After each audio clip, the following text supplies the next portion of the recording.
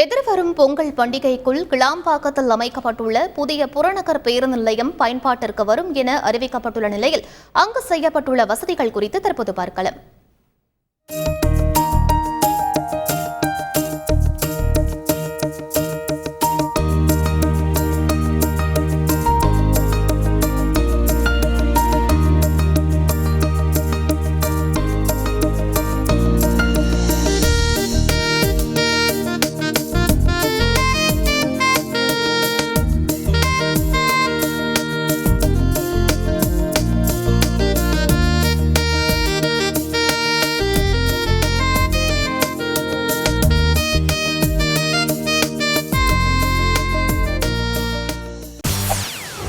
செய்திகளை உடனுக்குடன் தெரிந்து கொள்ள உடனே சப்ஸ்கிரைப் பண்ணுங்க.